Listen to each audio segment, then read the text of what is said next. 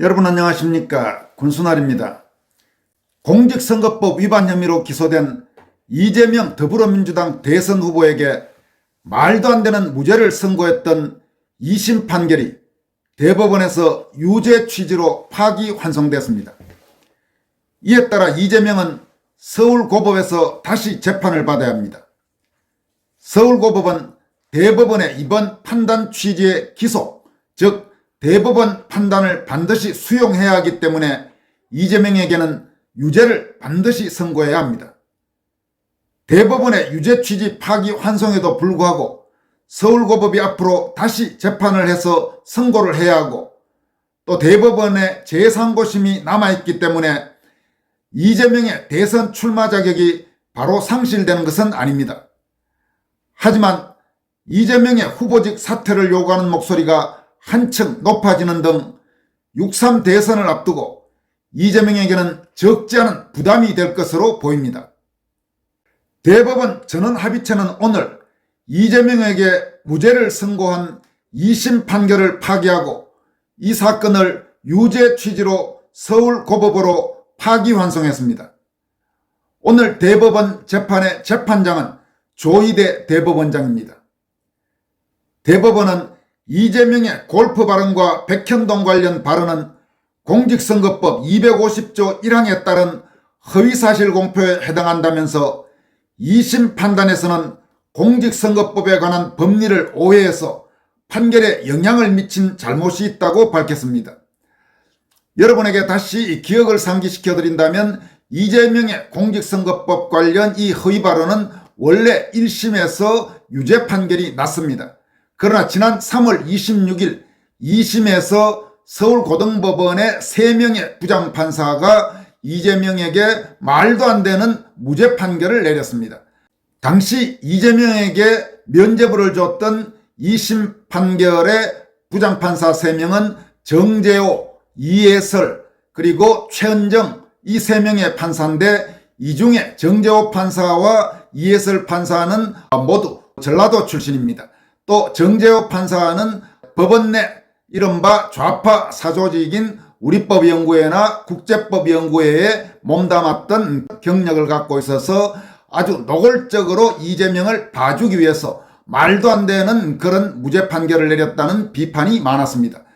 이번에 대법원에서 그 2심의 말도 안 되는 무죄 판결을 바로잡은 것입니다.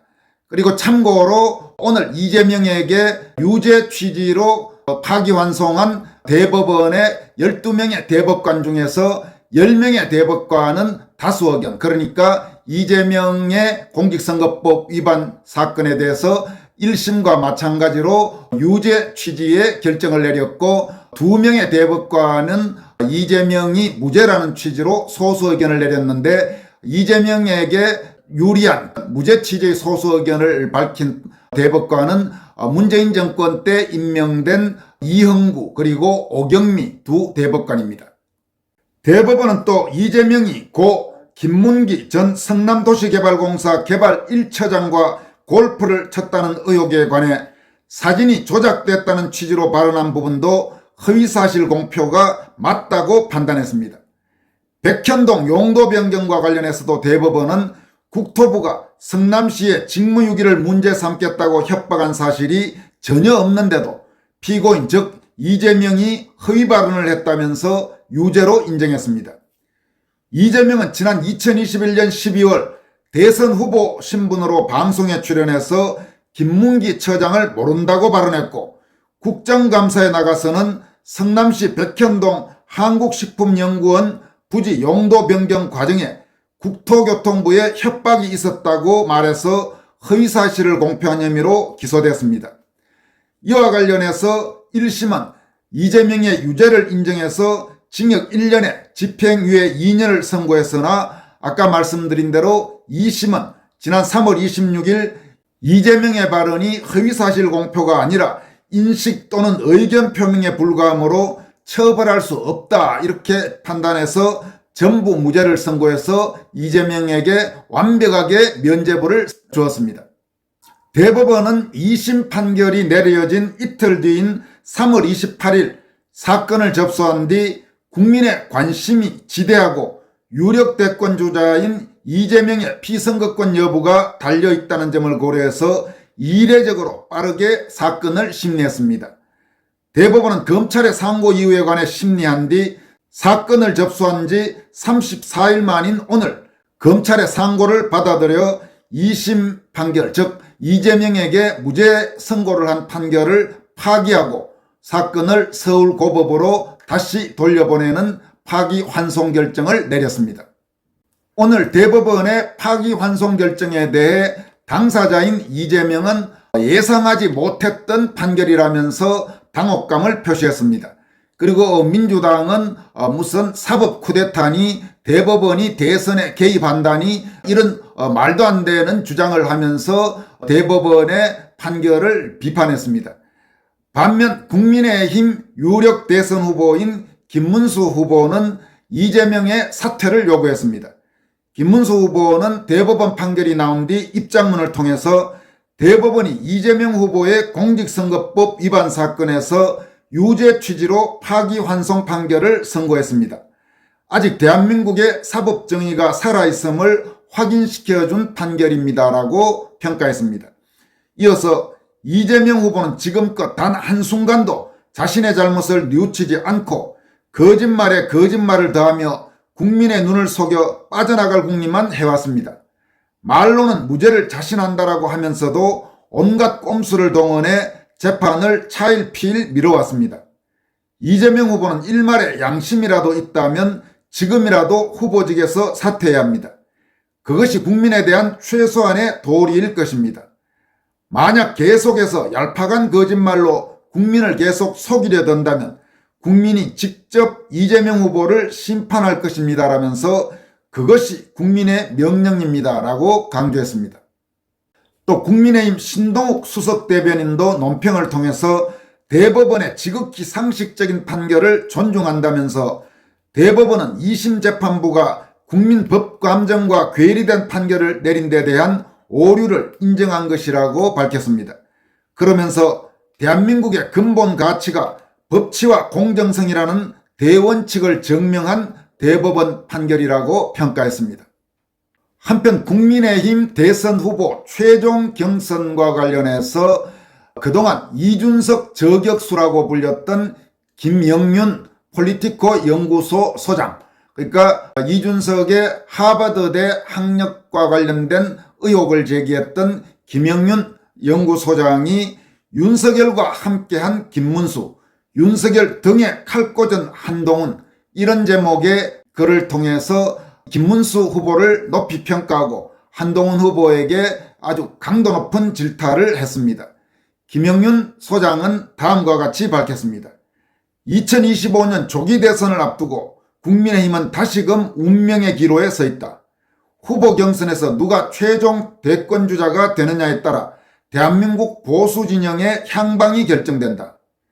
이재명이라는 강성 좌파 후보가 민주당의 단일 주자로 굳어진 지금 보수는 더욱 강하게 결집하고 명확한 대립각을 세워야 한다. 그 중심에 설 인물이 누구인가?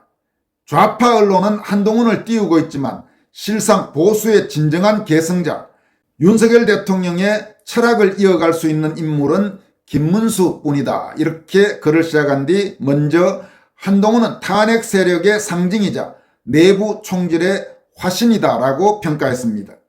한동훈의 정치 행보는 겉으로는 공정과 정의를 말하지만 그 실체는 전형적인 이미지 정치에 불과하다. 그는 문재인 정권에서 윤석열 당시 검찰총장과 함께 소위 검찰개혁에 맞서 싸우던 인물로 출발했지만 정치에 뛰어든 이후 오히려 윤 대통령의 발목을 잡고 내부에서 분열을 야기한 장본인이 되었다. 2024년 총선 직전 이른바 윤석열 책임론이 불거졌을 때 한동훈은 김건희 여사를 공격하는 마리 앙뚜아네트 발언에 동조를 했고 결과적으로 윤 대통령을 향한 좌파 진영의 탄핵 프레임을 사실상 인정하는 모양새가 되었다. 그는 대통령 지지층의 분노를 의식하기는커녕 오히려 자기 길을 가겠다며 윤 대통령과 선을 긋는 행보를 이어갔다. 이것이 보수 계승자인가? 게다가 최근 경선 과정에서 보수의 상징인 홍준표 시장을 향해 보인 비아냥 섞인 발언, 고압적 태도는 명백한 경솔합니다. 공직 경험도 없는 인물이 단지 스타 검사 이미지만으로 보수를 대표하겠다는 것은 오만이며 착각이다라고 비판했습니다.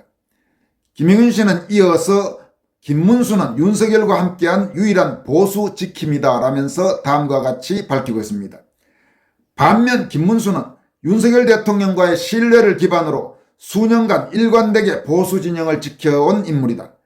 좌파와의 이념 전쟁 속에서 그는 윤 대통령의 각종 국정 철학에 힘을 보태며 보수 정권의 안정을 도모해왔다. 김문수는 윤심을 지키는 마지막 참모 역할을 자처했다. 윤 정부의 노동개혁, 탈원전 폐기, 안보 강화 정책 등에서 김문수는 끊임없이 조력했고 문재인 시절 거리투쟁조차 마다하지 않았다. 그에게 있어 정치는 생존이 아니라 투쟁이며 신념의 연장이다. 그는 누구처럼 중도 확장을 빙자한 좌클릭 전략을 택하지 않는다. 좌파와는 절대 공존할 수 없다는 철학, 그것이야말로 이재명 같은 급진좌파에 맞설 수 있는 유일한 무기다. 이어서 보수 결집의 관점에서 김문수가 유리하다라면서 다음과 같이 이어갑니다. 이재명은 비호감도도 높지만 좌파 진영의 철저한 결속력을 바탕으로 여전히 강력한 후보이다. 그를 이기기 위해선 두 가지가 필요하다. 첫째, 강한 이념적 대립각. 둘째, 안정적인 국정개성의 이미지다. 한동훈은 이 두 가지 모두 부족하다. 그에게는 철학이 없다. 문재인 정권에서 한동훈이 부각된 이유는 윤석열이라는 거목이 있었기 때문이다. 그러나 이제는 그 윤석열을 밀어내고 자신이 앞장서겠다는 모습은 보수 지지층에게 위선으로 보일 뿐이다. 무엇보다 최근 한동훈은 윤 대통령 최측근 인사들과의 거리두기를 넘어 일부 친윤계 인사들을 사실상 적폐로 규정하는 듯한 발언까지 서슴지 않고 있다. 이는 보수 분열을 부추기고 진영 내부의 반목을 키울 뿐이다. 반면 김문수는 단 한 번도 윤 대통령을 향해 총질한 적이 없다. 설사 여론이 불리하게 돌아갔을 때조차 그는 오히려 윤석열 정부를 방패막이 하며 최전선에 섰다. 이런 인물이 바로 보수 대통합의 상징이자 적자다. 김영윤 폴리티코 연구소장은 결론으로 한동훈이 아니라 김문수여야 한다면서 다음과 같이 강조합니다. 정치란 결국 철학과 일관성이다. 아무리 화려한 언변과 미디어 프레임이 있더라도 국민은 결국 진심과 충성을 본다. 한동훈은 윤석열 대통령을 앞세워 정계에 입문했으나 돌고 돌아 결국 윤 대통령에게 칼을 겨눈 셈이 되었다. 그가 당대표를 맡은 직후 벌어진 총선 대참패는 단순한 선거 실패가 아니라 그가 보수 전체를 대표할 역량과 철학이 없음을 증명한 사건이다. 또한 손수공천한 배신자 김상욱은 민주당 입당을 저울질이다.